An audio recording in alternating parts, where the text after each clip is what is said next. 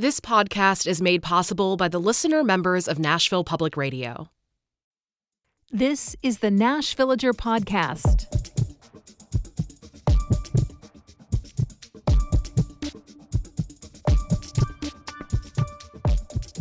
It's May 23rd, 2025. Memorial Day weekend basically begins today, and with it, the unofficial American vacation season. The most quintessential version of that, of course, is the road trip. And in a way, you could say that tradition began on this day in 1903. I'm Nina Cardona, and this is your daily digest of what's happening around Middle Tennessee with historical context from Nashville Public Radio, WPLN News. If getting caught in heavy weekend traffic along I-65 between the Midstate and the Gulf Coast is one of your summer traditions, it might be hard to believe that people once doubted the automobile could be useful for anything more than short, fairly local drives. Although I guess people then had a lot of the same concerns that there were for early adopters of fully electric vehicles. Now gas stations are basically everywhere. But at the turn of the 20th century, that was a specialty purchase. And have you seen how tiny the trunks were in early cars? There was only so much room to carry gas cans. The more I think of the logistics, the more I'm reminded of someone I know who tried to take a summer vacation in one of the first Teslas that was released, only to have the drive take more than twice as long as usual for all the zigging and zagging necessary to find chargers. And yet, on this day in 1903, a pair of men left San Francisco with the goal of driving all the way across the United States to New York City. Nelson Jackson was a doctor from Vermont. His travel partner was his chauffeur, Sewell Croker. They wanted to prove a trip like that could be done in Jackson's Winton automobile. And sure enough, they made it there on July 26. It took 2 months and 3 days, but they did it. Quite the road trip. Now, showing up in New York didn't stop the doubts, though. That's when the rumor mill really got going. Some people accused the pair of switching cars mid-trip. Others claimed they'd loaded the vehicle onto a train at some point. It just seemed so unbelievable to people. And now, of course, long drives like that are just a kind of way of life.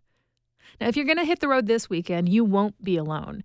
AAA predicts 45 million Americans will travel this Memorial Day, potentially a new record, and that most of them, about 39 million, will be in cars.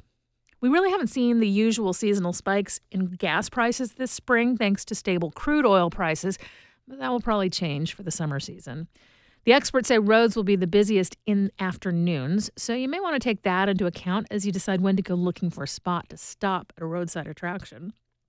And honestly, that's especially true today. This could be the busiest driving day of the holiday weekend. Now, as it usually does, the Tennessee Department of Transportation is halting all road work for the long weekend, so at least that's one potential slowdown you won't have to worry about. But of course, the flip side is that an awful lot of summer road trips are headed to our area. And that's going to impact our daily traffic, at least in some parts of town, for the entire summer season. And it's going to help pay the bills. The state's tourism dashboard shows that if you take 2020 out of the mix, the number of visitors to Tennessee has risen every year in the last decade. About $1 million in state and local tax revenue comes from tourists spending money in Davidson County alone. And one big thing to watch for is how federal cutbacks affect traveler behavior. The Great Smoky Mountains out in East Tennessee is the most visited location in the national park system. Mammoth Cave is only 80 miles from here. The Park Service was ultimately allowed to hire seasonal workers after an initial hiring freeze, but they got started late on staffing up, and the system did lose about 1,000 employees to DOJ cuts. So how will that wash out? Will we see some of the problems that were initially predicted, like bathrooms not getting cleaned as often or fewer ranger talks on the schedule? And if so, will disappointed visitors migrate out to spend more time in the surrounding communities? Or if people don't realize that the seasonal jobs are reinstated, will there just be more people deciding to travel to a place like Nashville instead? But I started talking about our road trips and ways that we Middle Tennesseans are getting out of town. So if you enjoy nature and have an itch to hit the road but don't have the time or money to go too far, let me just tell you that there are 2 new state parks that just opened to visitors last year. North Chickamauga Creek Gorge is near Chattanooga. I haven't been yet, but I have seen photos, and I'm definitely adding it to my personal must-visit list. It's got rapids for all the whitewater kayakers out there, and there's a 10-mile-long sandstone bluff that cuts through the forest with a kind of drama that's a little unusual for a Tennessee landscape. The other new one is Middle Fork Bottoms State Park out in Madison County, so near Jackson. There are paddling opportunities there, but they look to be much calmer. It's classic West Tennessee with wetlands, a cypress grove, multiple lakes, lots of sycamore trees, a good place to fish or go bird watching for waterfowl. In just a few minutes, the latest installment of Niche to Meet You covers an important aspect of any road trip, how you play music on that drive. That's coming up after the newscast.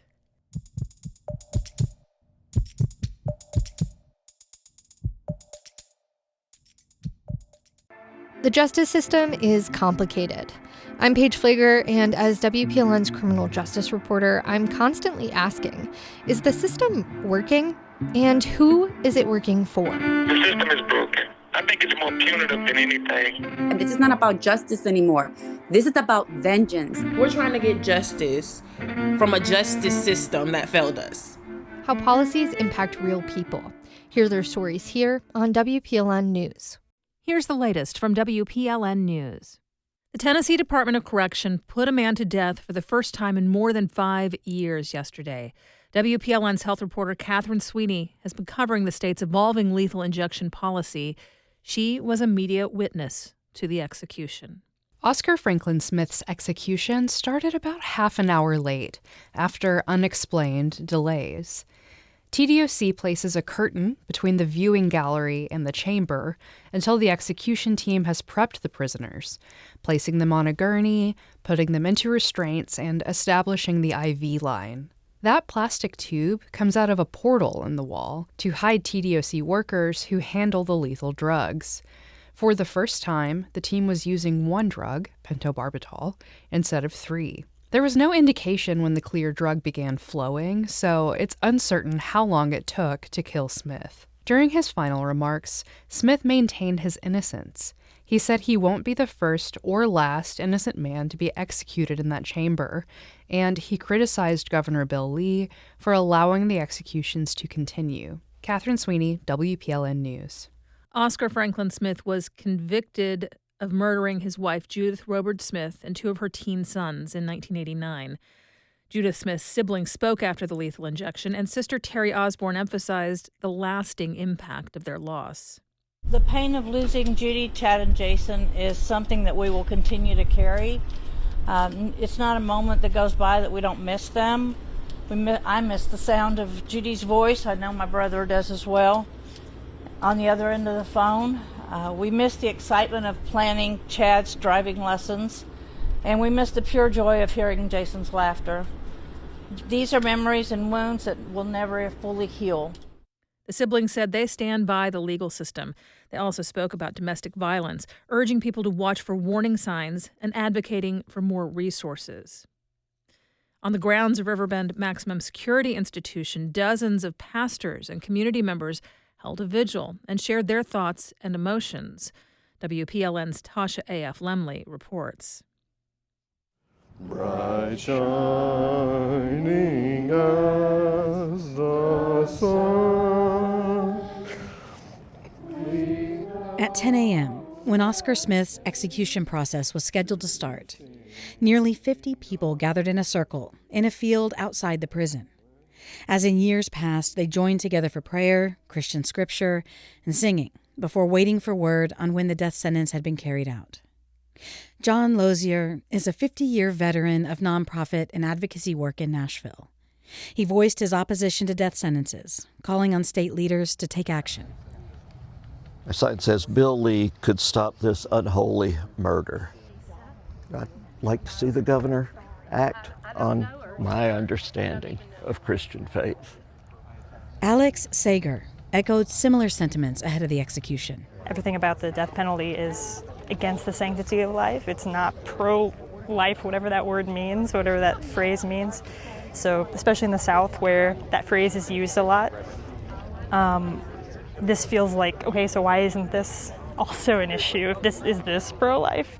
Oscar Franklin Smith was pronounced dead at 10:47 a.m. For WPLN News, I'm Tasha A.F. Lemley. The Tennessee Supreme Court has scheduled 3 other executions for this year. You can find more of WPLN's execution coverage, including an interview with Oscar Smith's son, at WPLN.org.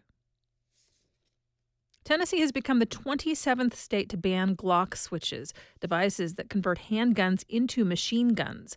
Governor Bill Lee signed the proposal into law this week after it was sponsored by Republican Speaker Cameron Sexton and Senate Majority Leader Jack Johnson. The new law expands the definition of a machine gun to include guns that have been altered with Glock switches.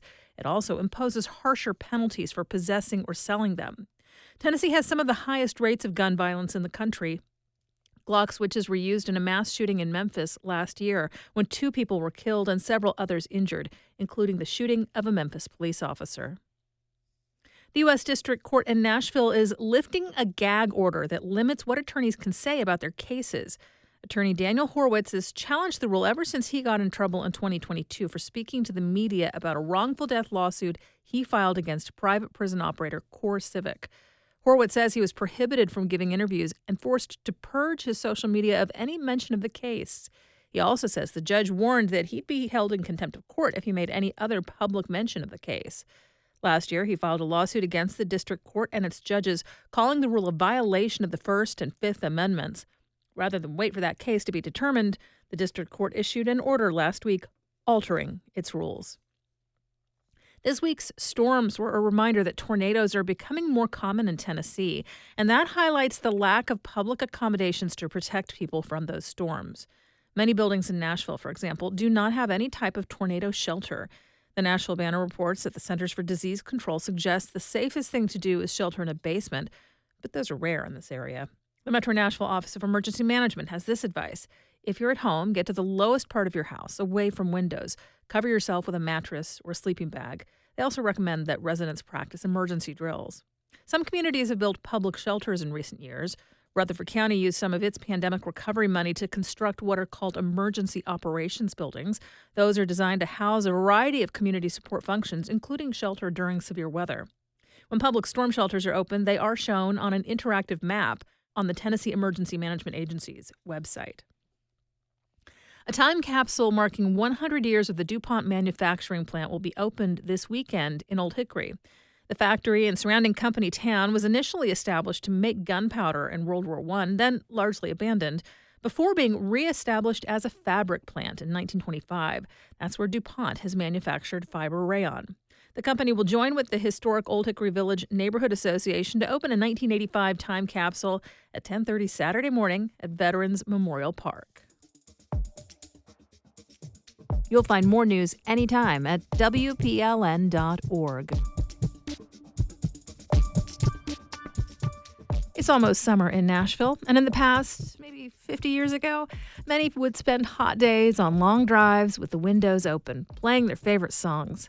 Some still do, even in the same cars they grew up in, with their favorite music playing through the original radio with the help of modern technology. And Leslie Eiler Thompson, host of the local podcast Niche to Meet You, spent time with a man in Mount Juliet who actually makes this technology happen. Here's Leslie. We're going to order something, Lisa. The Waffle House is one of the great Southern traditions. Sometimes I find a booth in the corner to read or write or do nothing at all.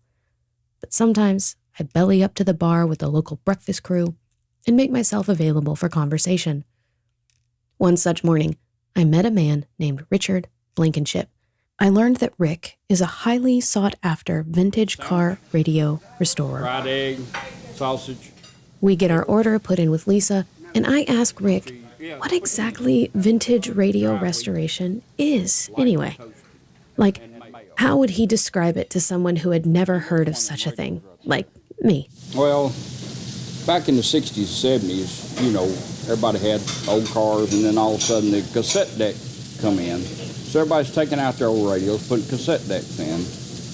You know, in that movie, Olivia Newton-John. Grease Lightning. Them cars fixed up. That's when basically it really come around. Yeah, the 50s, right. Yeah. Whereas the teenagers singing Grease Lightning on top of an old car had visions of decking it out with new tech, folks with the money to support their love of old cars are now putting the original radios back in. but with modern advancements. If you want a vintage car and you dream of it, we can build it. So now you can take over. So you could have a presumably 1950s car that's connecting to your phone. Yep. And playing just off of your phone? Yep. And the radio still works like it always did.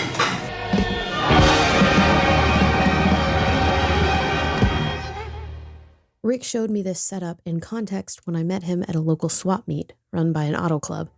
At the booth were several vintage radios displayed beautifully. See, I can change the sound just by turning it on. That right there? Yeah.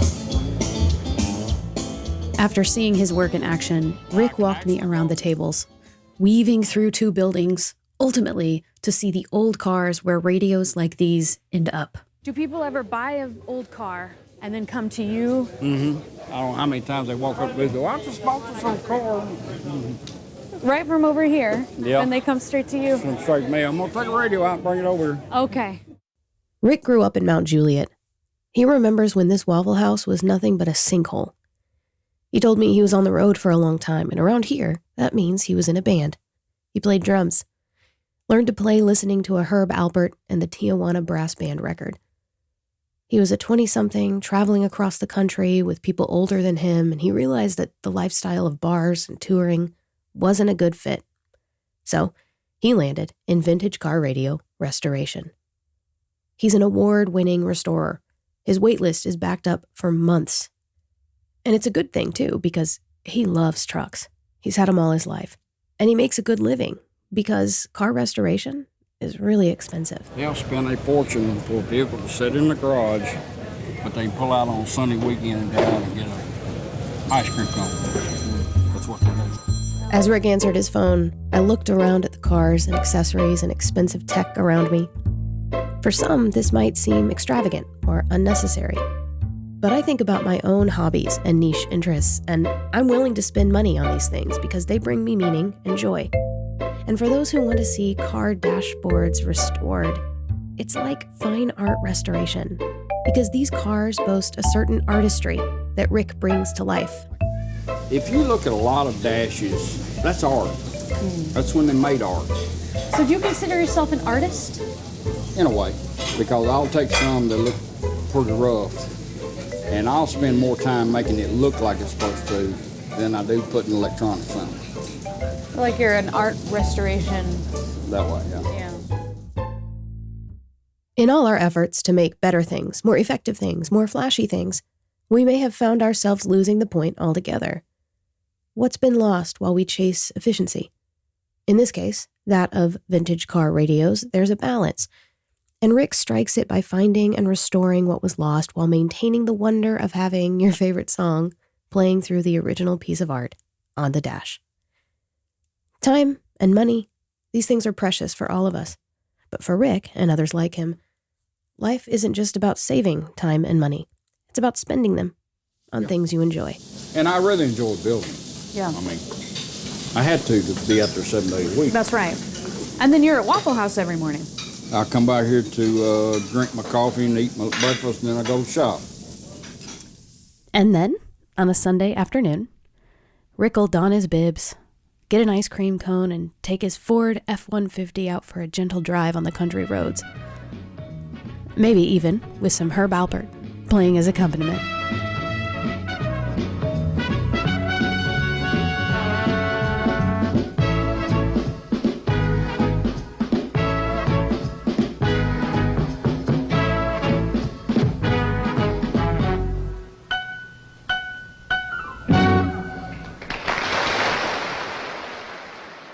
You can learn more about the Niche to Meet You project at WPLN.org/niche.